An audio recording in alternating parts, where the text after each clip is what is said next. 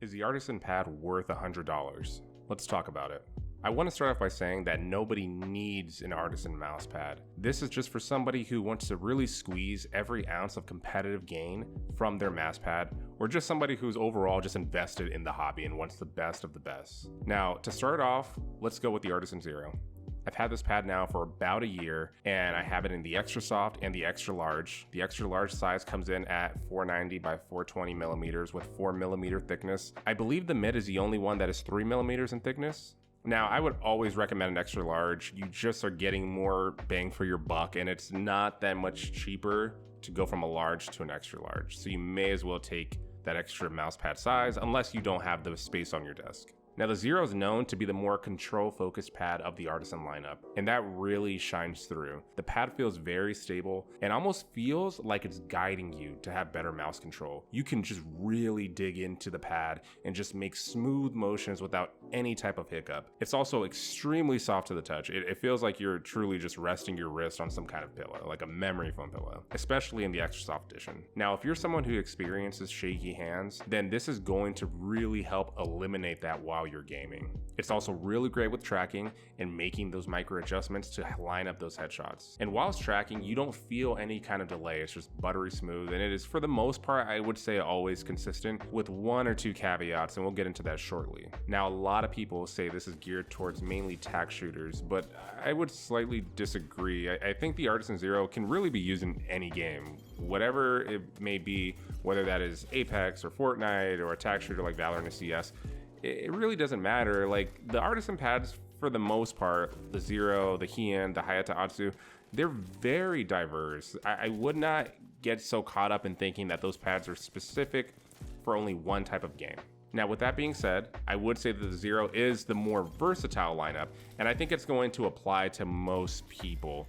So if you are looking to just buy one pad and just be done and, get your full money's worth, I would probably recommend going with a Zero. Some of the cons, for one, are that the Zero picks up a lot of lint, and that doesn't really affect you while you're gaming, but if you're OCD, it's gonna get pretty annoying, and you're always gonna have to lint roll it. Also, one thing I notice is that when I myself start to feel warm while playing, where my wrist is placed, it starts to feel pretty muddy.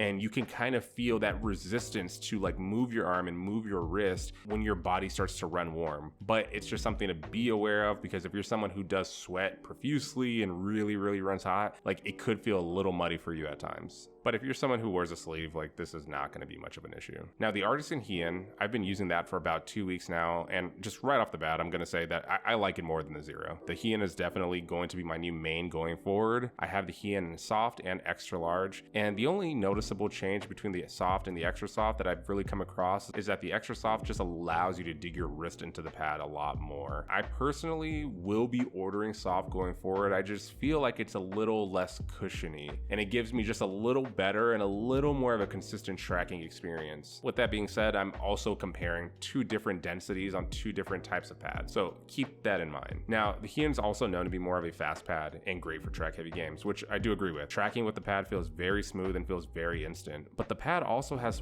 really amazing stopping power, and micro adjustments feel equally as great. The pad is very consistent in its glide, and any kind of lint or hair that gets on the pad, you can just wipe off. It's not a problem. You hardly have to lint roll it. I would still recommend lint rolling it once a week, but it's not so much of a requirement like maybe the Zero is. Now, the two potential cons I would say with the Hien, the X and Y axis on the pad are slightly different in speed and resistance. You feel a little bit of slowdown when you're making those Y movements, when you're moving up and down. You can feel that slight delay in speed and that slight resistance, which personally I'm not too mad at. It kind of helps when you are tracking in those awkward positions, tracking upwards, tracking downwards. That slight resistance kind of helps to allow you to track a little better. Now, the biggest con that most people will have with the Hien is that the pad is rather abrasive. If you have really sensitive skin, you're not gonna like the pad. It's not gonna be enjoyable. It is going to bother the hell out of you, and you're probably better off just going with the Zero or going with the Hayata Atsu. Aside from that, I have to say this mouse pad almost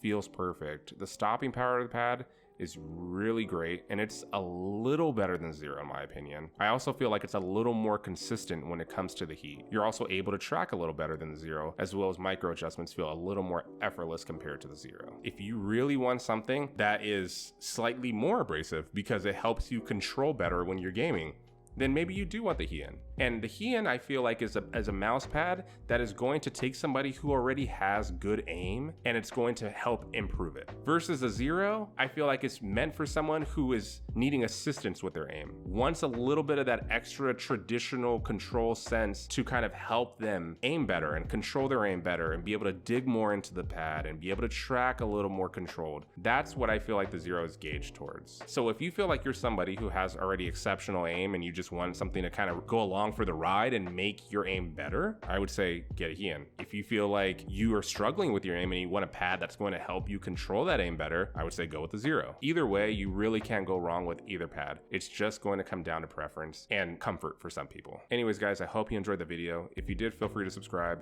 and like the video. And if you have any questions, feel free to just drop a comment down below. I would do my best to answer any questions at all. Also, side note, Lethal Gaming Gear is currently taking pre-orders on the Artisan pad, so I can go ahead and just leave a link down below if you guys want to get a chance to go and pre-order one. All right, guys, I will see you in the next one. Peace.